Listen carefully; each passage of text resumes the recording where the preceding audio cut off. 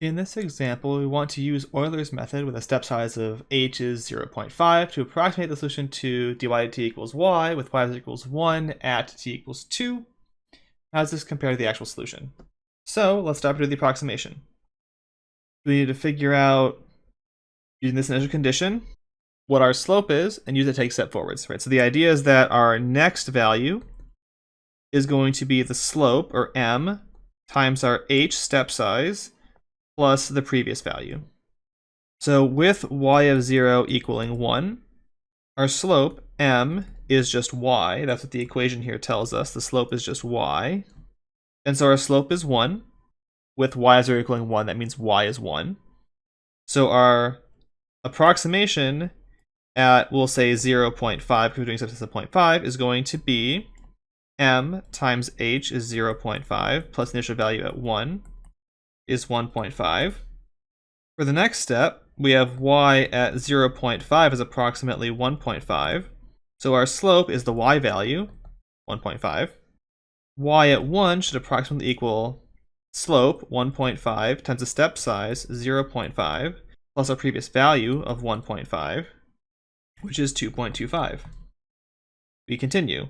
Y of 1 is approximately 2.25. So our slope is still 2.25. So y at 1.5 is approximately the slope, 2.25, times the step size, 0.5, plus our previous value of 2.25, which is 3.375.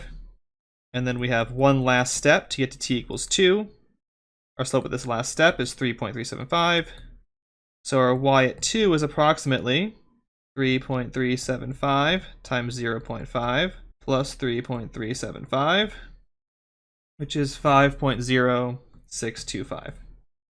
And that y value there is our final answer.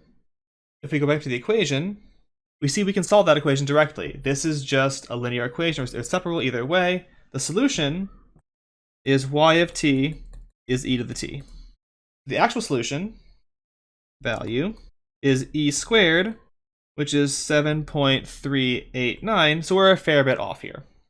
To compare this, if we were to use a smaller step size, so if we take h to be 0.05, now we're taking 40 steps to get to t equals 2, but a computer does that much better than we would by hand. This gives a value of 7.04, which is much, much closer to our desired solution value than the previous one. So smaller step sizes generally make this go smoother, but it takes a lot more calculation or a computer to actually work out that calculation.